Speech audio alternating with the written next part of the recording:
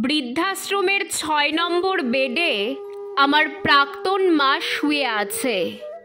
আপনারা হয়তো ভাবছেন মা কি করে প্রাক্তন হয়? অবাক হওয়ার কিছু নেই, তিনি আমার শাশুড়ি মা। আমার নিজের মা নেই।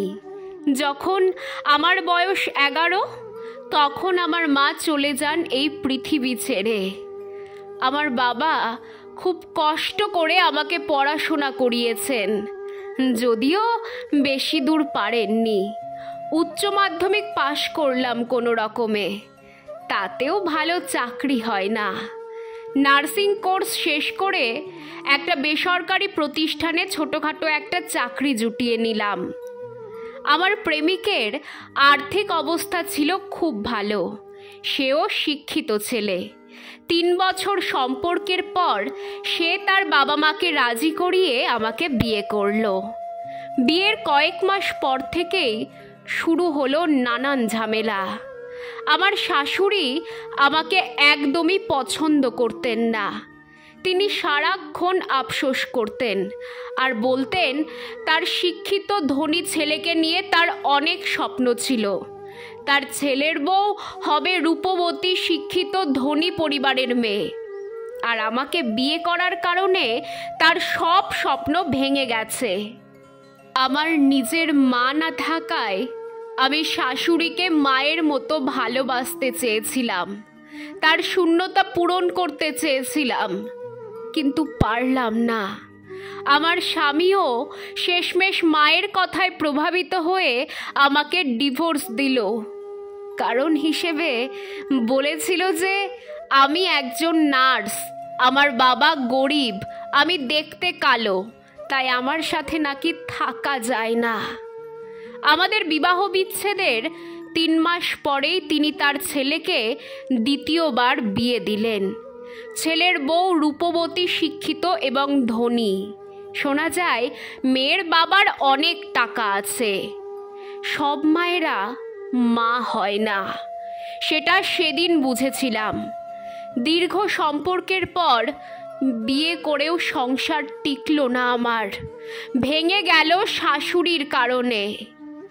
তারপর কেটে গেল 9টি বছর। আমি এখন বৃদ্ধাশ্রমে নার্সিং সেবার কাজ করি। গত 4 দিন ধরে আমি আমার শাশুড়ির সেবা করছি। একসময় তিনি কত সুন্দর ও সুস্বাস্থ্যের অধিকারী ছিলেন, আর এখন তার শরীরে মাংসও নেই ঠিকঠাক। তিনি দেখতে পান না চোখে, একটা হাত ভেঙে গেছে। আমি তাকে জিজ্ঞেস করলাম, আপনার হাত ভাঙল কি করে?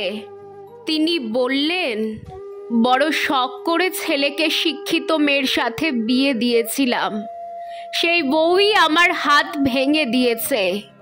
কারণ ওকে না বলে ফ্রিজ থেকে একটা মিষ্টি বের করে খেয়েছিলাম। তারপর ছেলের বউয়ের কথায় প্রভাবিত হয়ে আমার ছেলে আমাকে বৃদ্ধাশ্রমে রেখে গেছে। কথাগুলো বলতে বলতে তার চোখে জল চলে এলো। তিনি আজ একা, পাশে নেই ছেলে, নেই ছেলের শিক্ষিত বউ।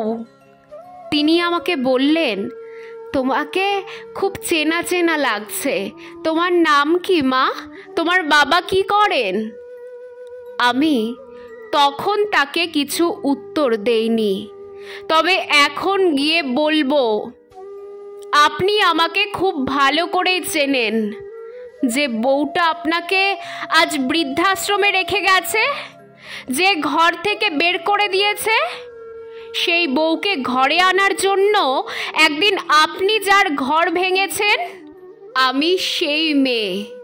আমি দেখতে কালো, আমার বাবা গরিব, আমি নিম্ন শ্রেণীর নার্সের কাজ করি, আর আজকে আমার সেবাতেই আপনি সুস্থ হয়ে উঠছেন। আপনি আমাকে খুব ভালো করেই চেনেন মা। আমি আপনার সেই বউ, যাকে একদিন আপনি কুকুরের মতো তাড়িয়ে দিয়েছিলেন আপনার বাড়ি থেকে। ধর্মের কল বাতাসে নড়ে মা, আপনি এইভাবেই আপনার পাপের শাস্তি পাচ্ছেন।